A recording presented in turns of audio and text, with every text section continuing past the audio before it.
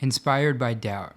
Doubt is what inspired me to start this entire photo project. It's what got me to start sharing any of these photos and any of my grandfather's photos. A lot of times as artists, we talk about that being something that completely stops you from sharing your stuff, like it's, a little imposter syndrome kind of thing. But so often it'll just stop you from starting in the first place, and that's really what it did with my grandfather. I mean, he didn't really share any of his work, ever.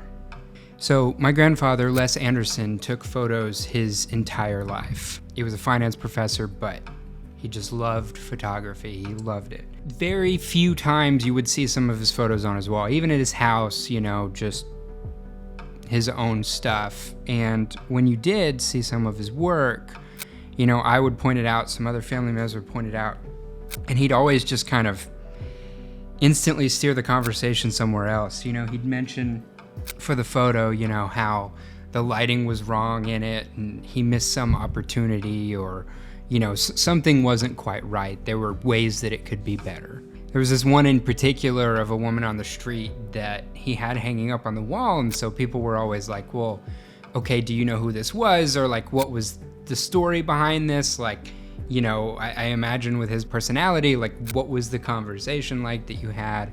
And of course, he did that whole thing that we all do, which is just completely deflect and go in a whole different direction with the conversation, or just tell you what was actually wrong about the image, how it didn't quite look right, whatever it was.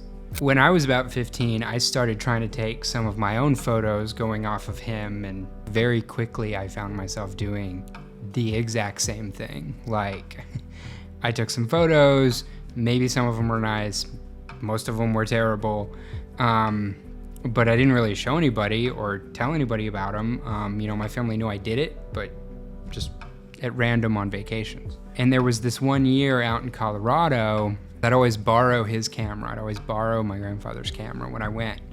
I took this one photo that I was like, hey, this is pretty good. Like, this is kind of a cool photo. And it was actually one of Les's favorite places in Colorado, called Steamboat Springs. And his favorite trees, aspen trees. And so I show him this picture, and he just lost his mind. Like, he loved it. He was someone that would always kind of exaggerate things and stuff, but he loved this photo. It was taken with a very early Nikon digital camera, this D200, that I remember that camera. I knew nothing about like how to take a shot and what settings to use, and if you mess up and you're just gonna get like a black image, or it's gonna be all blurry, it lets you do that. Like, it lets you just take the wrong picture.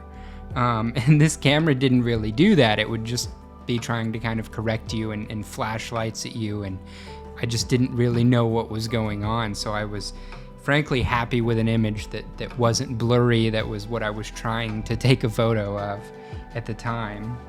But I only really shared that photo with him, and after he passed away, I really realized, going through all of his photography that he never even told me or any of the other family members about, one, I was doing the exact same thing, but two, that this doubt that he had, that this like, oh, my stuff isn't really good enough to show anybody, was so much worse than I thought it was. Like, it was so much more prevalent than I thought. Like, it would have been one thing if he took like a handful of photos on a few vacation trips over the years, but I mean, this man went all over the world, and there's thousands of photos from really cool places and really well-composed images, and so it's just amazing looking at it from another perspective. Like, wow, how did he not just